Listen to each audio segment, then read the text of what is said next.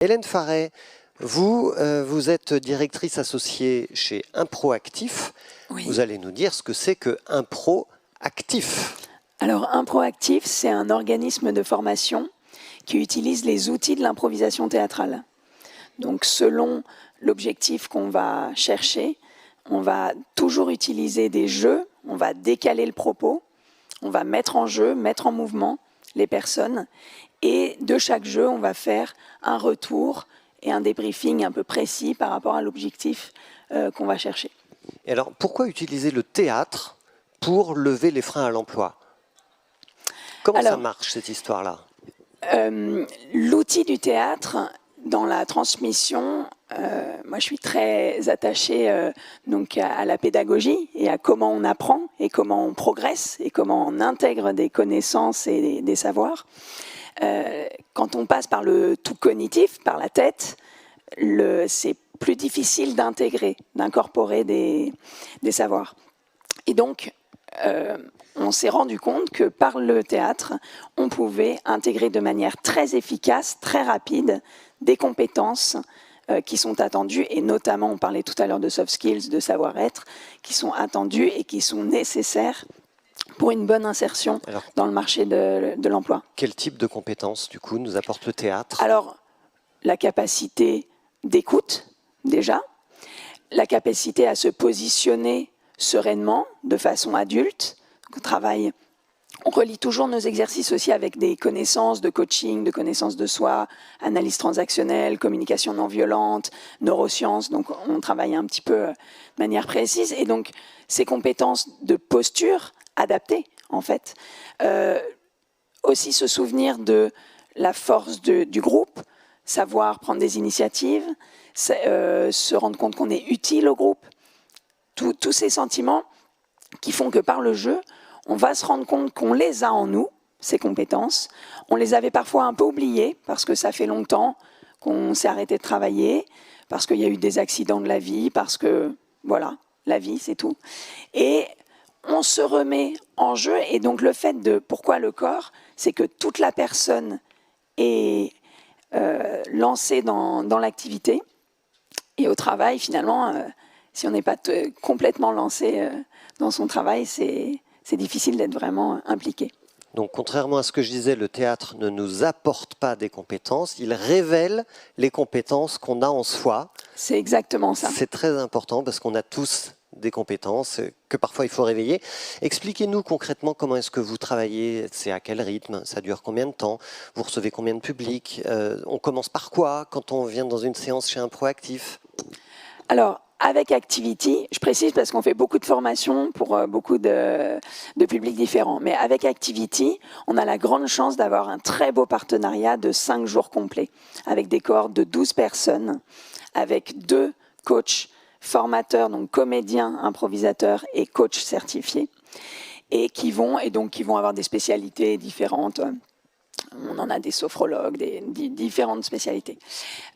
Cette formation, elle a été aussi construite en collaboration avec un DRH. On est vraiment au plus près de ce qui est attendu dans le monde de l'entreprise, mais on prend les gens là où ils sont. Donc par quoi on commence?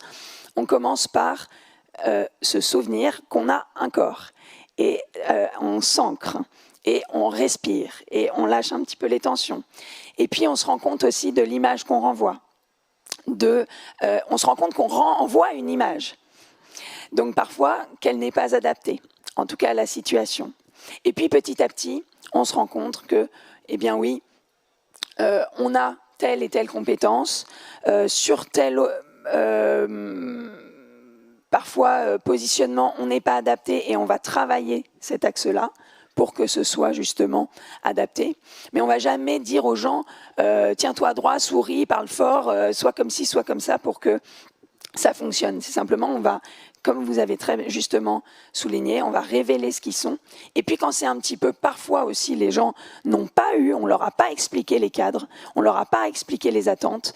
Et donc nous, on n'est vraiment pas, on a beaucoup de bienveillance évidemment, mais on n'est pas dans la complaisance. Donc quand ce n'est pas adapté, on le dit très clairement. Ou des gens qui ont des idées un petit peu illusoires, professionnelles, où ils ne sont pas adaptés. Pareil, On n'est pas dans la complaisance et on recadre en disant « Ok, mais qu'est-ce que tu veux faire dans ce métier-là qui t'intéresse? Quels sont comment dire, qu'est-ce qui te fait vibrer là-dedans ?» Et de là, on va tirer un projet professionnel réaliste. Juste voilà, pour valoriser un petit peu tout ce qui est fait, on a à l'heure actuelle, depuis le début de l'année, 70% de sorties positives sur ce dispositif. 74. 74%. Alors, sortie positive, il faut expliquer ce que ça veut dire. C'est un terme un peu techno, excusez-moi de vous le dire. Ça veut dire quoi? Vous avez raison, précisons. Sortie positive, on est sur le retour à l'emploi. Donc des personnes qui, suite à cette formation, à 3 mois ou 6 mois, ont retrouvé un emploi ou sont entrées en formation professionnelle. Hélène Farret, dernière question. Vous m'avez dit en préparant cette table ronde que la confiance en soi permettait aussi de lever les freins à la mobilité.